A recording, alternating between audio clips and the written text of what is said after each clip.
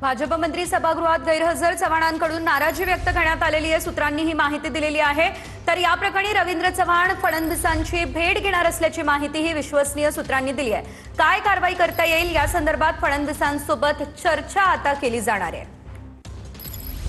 तर भाजप मंत्री आणि आमदारांच्या सभागृहातील गैरहजेरीवरून रवींद्र चव्हाण यांनी नाराजी व्यक्त केलेली आहे, अशी माहिती विश्वसनीय सूत्रांनी दिलेली आहे। आणि या संदर्भात आता रवींद्र चव्हाण हे थेट मुख्यमंत्री देवेंद्र फडणवीस यांच्यासोबत चर्चा करणार आहेत, त्यांची भेट घेणार आहेत आणि या संदर्भात सविस्तर चर्चा केली जाईल। काय कारवाई करायची या संदर्भात देखील चर्चा या भेटी दरम्यान होणार आहे।